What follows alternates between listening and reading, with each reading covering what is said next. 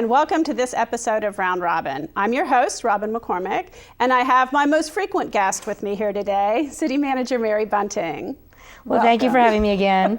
I'm sure once we get past budget, I won't be the most frequent guest any Or longer. we'll let you talk about something other than the budget. But the budget is so important because it really frames what the city is going to do and what services residents are going to have. So even though we're talking about numbers, we're really talking about what people get from their government. Absolutely. I've always said that the budget adoption process, development adoption process, is one of the most important things we do because it is a plan of service delivery. In fact, many people look at the budget document as a bunch of numbers, as you just said, but I sort of see it as a catalog of services, the things that citizens are getting in exchange for the taxes that they pay. And so we really do try to emphasize in the document what service you're getting at what level for what price. And once that's adopted each year, then the big parts of our city government are sort of set in stone. So it's very, very important. It is. So the themes this year, I know I was looking through, the budget was just unveiled on Friday, and it was a tough budget for you. Oh my goodness. I have worked in local government for nearly 23 years now, and I honestly can say this is the most challenging budget we've ever had. And I know that you hear that a lot, but it really was in the sense that, as you know, we've had to cut back because of the national recession each of the last several years.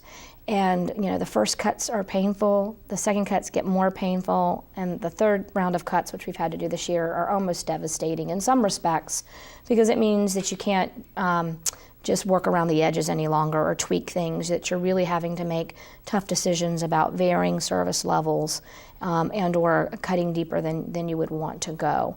But we didn't think it was responsible to try to make up all of the revenue shortfall that we had from our real estate market losses, as well as the state budget impacts. We didn't think it was prudent to do all that on the backs of taxpayers by asking them to pay more. So we really worked first and foremost at trying to find areas where we could scale back and that the public would support those reductions, and then only come to revenues as a last resort. Okay, and so in the big picture, your proposed budget, which will go through some public hearings and a vote by council and could very well change, but what you're proposing is that the city, for city services, would spend about $4 million less than we're spending this year. Correct. And the overall budget would include more for schools, not necessarily the local share, but that the school's budget would go up by about the same amount. Right. You're absolutely right. In the total big picture, and we have to adopt the budget for the school system, even though we can't control how they spend their money. The school system part of the budget's going up by about $4 million, whereas the city portion is going down by about $4 million. And that sounds like it's okay, but in reality, the schools have had a lot of big increases this year in costs passed to them by the state. So although they're growing by $4 million, they've still had to make difficult choices as well. And I do want to highlight that because we're all in this era of a recession and the impacts that trickle their way down to the local government. And whether it's a $4 million loss on our side or a $4 million increase on the school side, it's still been terribly difficult for both parts of our community. It has, it's been tough. But you are, the short news for taxpayers this year is that the rates will not change for either the car tax or the property tax rate. That's correct. And those are the two that we get asked about the most frequently, the real estate and the personal property. And although there was some support in the public to look at adjusting the tax rate. Of course, we've talked about it on Round Robin before, that you could actually increase the tax rate, but people still pay less in taxes. Although there was quite a bit of public support for that at varying levels, I didn't want to go to that unless it was absolutely necessary. And I think the real estate tax and the car tax should always be reserved for the last possible measure that you take. And we were able to balance the budget with some refinements to services that the public had indicated they could live with, and then also with some other tax and fees that are not a universal kind of tax the way that real estate and personal property are. So you're describing this as really not drastic, but kind of a belt tightening almost overall across most departments. Right. I'm very pleased that we haven't had to do anything dramatic like close facilities or cease services that the public really very much values. That said, we are doing some belt tightening, as you said. For instance, the budget contains some changes in service hours to our libraries, our community centers, our history museum. And the way we've gone about looking at those hour changes is to look at our utilization by hour, by day, to see where there might be some less frequent use that when we can come in and scale back on some hours. And that saves money. So we've done some of that. And I think it minimizes the impact because clearly we worked around lower utilization periods, but it does represent change. And I wouldn't want to delude anybody into thinking that there isn't some pain associated with that. Right. So the next time you want to go to the library at 8:30 at night, right before our current closing time of 9 o'clock, you won't be able to do that. We'll be closing the libraries at 8 o'clock instead of 9 o'clock and opening them at 10, except on Fridays and Saturdays where we'll open them at 1. And so that's an example. So we may have to change our behavior a little bit as citizens. I know I'm one of those late night users of the library. I'll have to know that I'm going to have to go a little earlier in the evening in the future. Okay, so those kinds of cuts. Anything else that you want to highlight? There were a couple of departmental streamlining due to some retirements, which I think probably is a lot of detail for the public, but you were able to restructure in a couple of places. Right, we didn't have to cut as deeply as we might otherwise have had to cut because we offered a retirement incentive to long tenured employees that if they went ahead and availed themselves of retirement, they got a little bit of a financial incentive to do that. What that did for us is we had higher paid individuals leaving the city so that we could come in behind and either fill that position with a lower paid individual or maybe do something different with the position altogether. And I'll just give you 2 examples, although there are many. In the Citizens Unity Commission, our long-serving director has opted to take that retirement program and deserves the retirement. He's been great and wonderful. Yeah. But rather than filling that with another full-time person, we will likely do that with a part-time or a contract employee. And in doing so, we can save the benefit cost associated with the position. And benefits run about 30% of the salary, so that's a significant savings. In another case, in the police department, we had a major take retirement, and our city has 4 majors currently, and the police chief and I agreed that we would be able to get by with 3 majors. Many cities our size have 3 majors. So we will be able to operate the service on the street, the police officer responsiveness. None of that will vary. No one would even know the difference. They wouldn't even know that had happened probably if you and I weren't talking about it. But we can save that salaried position, and that helps to create, less deep cuts that we have to do elsewhere in the budget. So quite a few of those. So you did propose a couple of fee or smaller, maybe discretionary taxes to increase for next year, even though it's an overall fairly hefty cut for anyone who owns a home. What are the proposals you have? There are 3, and I'll say what they are real quickly, and maybe we can talk about each and why they're important. First off, we have the meals tax. We're increasing that by 1%, which our neighboring locality, Newport News, is currently proposing to do as well.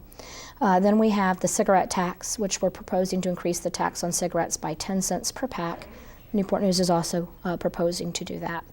And then we have a $5 increase in the motor vehicle licensing fee, the local licensing fee. That's $5 per year per vehicle. So most homeowners have two vehicles in their house.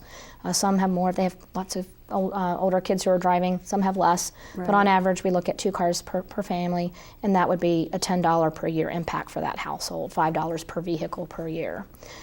So that's what we've done on the general fund service departments, like the fund that takes care of the police and fire and libraries and schools and things of that nature. Okay, so the meals tax, how much is that going to affect? Say I go for a fast food meal, maybe 2 people come out around $10 as the bill. How much additional will I be paying? On a $10 bill, you would pay a dime more for that meal. And that's one of the reasons why we actually look at something like meals tax, because it has a very minimal impact on an individual transaction basis. It is something that is truly discretionary. We don't have to eat out. Right. Seems like it sometimes. Sometimes we, that our lives are so busy we end up having to, but it is a discretionary choice at the end of the day. And moreover, and most importantly, meals tax is paid not just by residents of the community, but by visitors and other regional residents who eat in our dining establishments. And now that we have a much greater array of quality food establishments in Hampton, we are having a lot of people from other cities come and eat in our restaurants and pay that meals tax. And so meals tax is a really good way to generate money. It generates about $2.3 million for a 1% increase. Wow. So we generate a fair amount of money, but we share the burden among many, and that many including non-residents of Hampton. And the people who can afford the bigger meals or who eat out more often can theoretically afford to shoulder a little bit more of the cost. Right. So it's a very progressive tax. But even at that, let's say you go out and splurge for a fancy $100 meal, which I don't think I've ever done. But I mean, if you do, that's $1. Extra tax. So it really gives you a sense of it's a little bit we can all do when we choose to make those choices to eat out to help keep precious city services. And most people probably won't even notice it. They'll pay a little bit each time. It's small and incremental. Okay. Right. So and that's then why we picked $5 per car. Right. And we picked that one because now in Newport News again, our closest jurisdiction, they're raising their personal property tax on cars. That's a varying amount depending upon the value of your car. I really thought it would be better to have just a flat amount that everybody paid, $5, period. $5 obviously for a total year is not a great impact, particularly when you look at the offsets that you're getting on the real estate side. But more importantly, everybody pays that, whether you own property or you rent. You pay $5 a car. If we just did something on the real estate tax, as an example, then renters wouldn't be directly contributing to keeping our city services preserved. The personal property tax, we could have looked at that, but what I hear from people is that's probably one of the most dreaded taxes because they've got to write this big check in December and June. It is twice a year, whereas this would be $5 once a year. Once. Exactly. So we opted to go that way, largely to have all of our residents, regardless of whether they own property or not, contributing to the services they receive. Okay. And then the cigarette tax, quite frankly, it's just a discretionary tax. It is something that does generate cigarette use. As an example, does, as we all know, contributes to health issues, and those health issues often have implications for local government budgets, like EMS calls, as an example. And so it's an appropriate use to go to. It is obviously a discretionary one that doesn't impact everybody. Right, and so we did that as well. You don't smoke, you don't pay the tax. Right. Now, I will say we have some environmental mandates that impact some of our special revenue funds. Principally stormwater and wastewater, where we've had to increase fees as well. And I don't want to gloss over that because they will have impact on folks. But those, people will have to pay it. It will be in their bills. Right. Those are what we call special revenues because the revenue that we collect from those fees is legally restricted to deal with the services that are required by those environmental mandates. And this is a mandate. This is federal regulations, state regulations, things that the city, and not just this city, but every city in our area, have to do toward the Chesapeake Bay cleanup. Right. And that's you speak of the stormwater one in that particular case. I have a fellow city manager who likes to call it the federal government mandate fee, but it's actually called the stormwater fee. And the reason why that is increasing the obligations there, you just alluded to, there are new total maximum daily limits, or a pollution diet, if you will, that are being imposed on stormwater runoff into the bay. And so we have to beef up, as do every other city in the area, we have to beef up what we do to manage our stormwater runoff. I'm very pleased, however, to say that the investments we're making there align with the Citizens Waterway Committee report. As you know, we had a year-long citizen study effort to look at what we needed to do to better address our waterways. And they were very smart and wise in how they looked at recommending projects for us. They took those TMDL requirements into account. And so when we're making these investments, we're also addressing things that the citizens said were important to them. Well, it is important. And even though it comes down as a federal mandate that was unfunded, it is about cleaning up the bay. And in Hampton Roads, so much of our livelihood for tourism, so much of our personal recreation and the seafood industry, the shipping industry, I mean, it really does rely on waterways. Right. And so taking care of those and addressing also some of the overflow issues and stormwater and flooding issues are important, obviously, to our citizens. So you're planning on making some investments in those areas. Right, and that will require an increase in the stormwater user fee of $1.81 per month. Okay. So when you look at an annual basis, it's under, I can't do the math in my head, but it's under $24. Right, that I always round. But what we're getting for that is a cleaner bay. And I really haven't heard anybody that objects to the goal of cleaner bay. Mm-hmm. But we're not going to get to a cleaner bay if we don't invest more money. And the best way to pay for those requirements is through the stormwater user fee, which is based upon what we call impervious area or pavement. I was going to say pavement. Right. So a legal homeowner term pays, a certain amount based on the average size of the house and the driveway and the paved surfaces, and then businesses pay based on how many of that square footage they have. Absolutely. So something like the Peninsula Town Center, which has a lot of pavement, they pay proportionately more based upon how much more of that pavement that they have, which makes it a fair sort of tax because there's more contribution to the runoff from a bigger paved area. So that's why we're adjusting that fee as opposed to some other fee or tax to get revenue for that program, is it really ties use, if you will, to the contribution that's being made to take care of the cleanup. And then in wastewater, we have an incremental change that would, if you look at the average consumption of a homeowner, it's going to cost the homeowner, I think it's roughly $15 more a year. Okay. And that's, again, a year in wastewater treatment charges. And again, that relates to some environmental mandates as well that are imposed by the Department of Environmental Quality and EPA. So overall, a lot of your new initiatives are based on those cleanup requirements. Absolutely. And again, I think there are things that our citizens have said they want to see happen, are clear investments in our waterways, making sure that are healthy and clean waters, and that also our waters in strong natural events don't cause more damage to our community than otherwise they might if we didn't take mitigative efforts. So overall, even with those fee increases for the Bay initiatives, the average homeowner will be paying less again this year. Is that, I mean, it may not be universally 100% true, but on the average, people are still going to be getting a tax break if they own their home. Right. As I recollect, there were only about 2% of the properties in our community, residential properties, that did not experience a real estate value decrease. So that means that 98% of our homeowners are getting reduced real estate tax bills. Since we haven't adjusted the real estate tax to compensate for that, that's a real savings for the homeowner. And that real savings for most homeowners is going to outweigh the incremental pieces that I just talked about, the $5 per vehicle, the stormwater and wastewater fee charges. And then, of course, depending upon whether you smoke cigarettes or you eat out, that's driven by your discretionary choices. But I think the overall news is absolutely accurate to say homeowners benefit by a reduced total tax bill to the city. Okay, now if people want to know more, we didn't talk dollars or details today, but if people want to know more about your proposed budget, where should they go? Well, we do put full budget documents in our public libraries, and we also post it online, www.hampton.gov, and then you can navigate to the budget choices. Probably we'll have a pop-up when you first go to the Hampton website that makes it easy for you to get into the budget document. Occasionally we're asked if people can have personal copies. We don't make personal copies. It's a lot of pages. I've seen that the book is about this thick. So.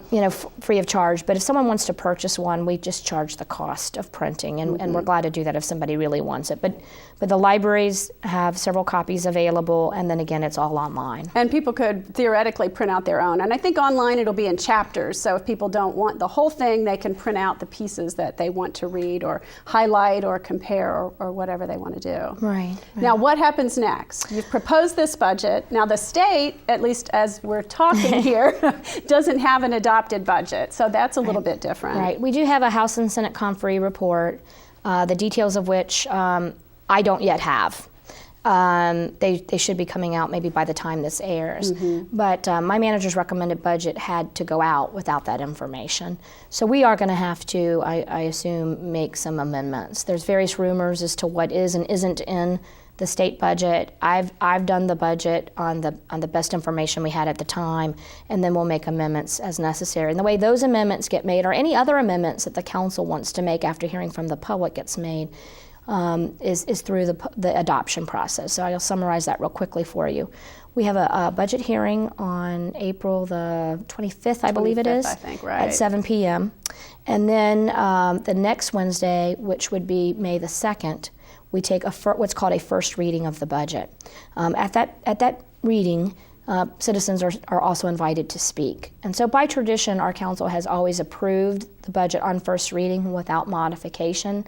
not because they don't intend to make them, but because they want to allow themselves the chance to have heard from the public on at least 2 occasions. So before they begin with the amendment process, usually there's 2 public hearings. And some people certainly have already spoken on the budget at the normal public comment period over the past 2 meetings. Well, and all the budget meetings that we had, as we've mentioned before, we captured comments and sent them to council on a weekly basis. So they have a lot of input already. Right. But they do give those 2 public opportunities at the council meeting specifically reserved to talk about the budget. Then on May 9th will be the final adoption on the budget.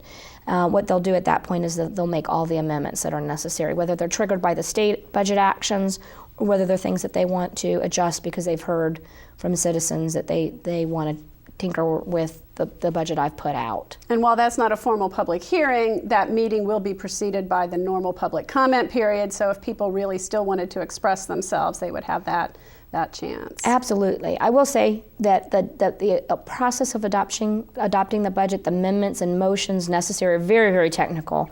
So usually, by that opportunity where we do absolutely allow people to express their opinions, the decisions have had to be made so that we could have the proper legal language. But that's why on the first reading, they don't make any changes there. And I always tell people, don't think that because they haven't made changes, they're not going to. Right. They're just allowing full opportunity for public dialogue. And by the way, we're only legally required to do one of those public comment opportunities, but Hampton has always had a commitment to greater citizen engagement and dialogue. Right, and as you said, more than 2,000 people have already commented on the budget before you even got to the proposal stage, and I could tell that you used a lot of that input from the public as you drafted your plan.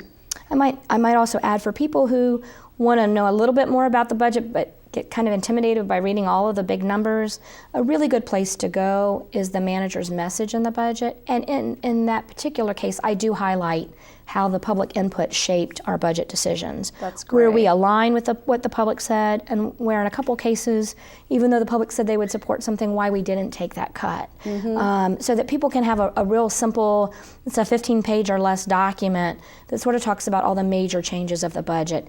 And I take particular care, because so many people spoke about the budget, to pay homage to what they said and how it did and didn't shape what we ultimately recommended. So that's a really good place to go for a little bit more, but not quite 400 pages of number detail. Right. That is beyond what most people should have to put themselves through, I think. Right. But I appreciate that you do it and the budget department does it, and it is the work of a lot of people and the values of a lot of people. So Thank you, Mary, for coming by today. I appreciate it, sharing with people what goes into the budget and what will come out of it. Thanks for having me yet again.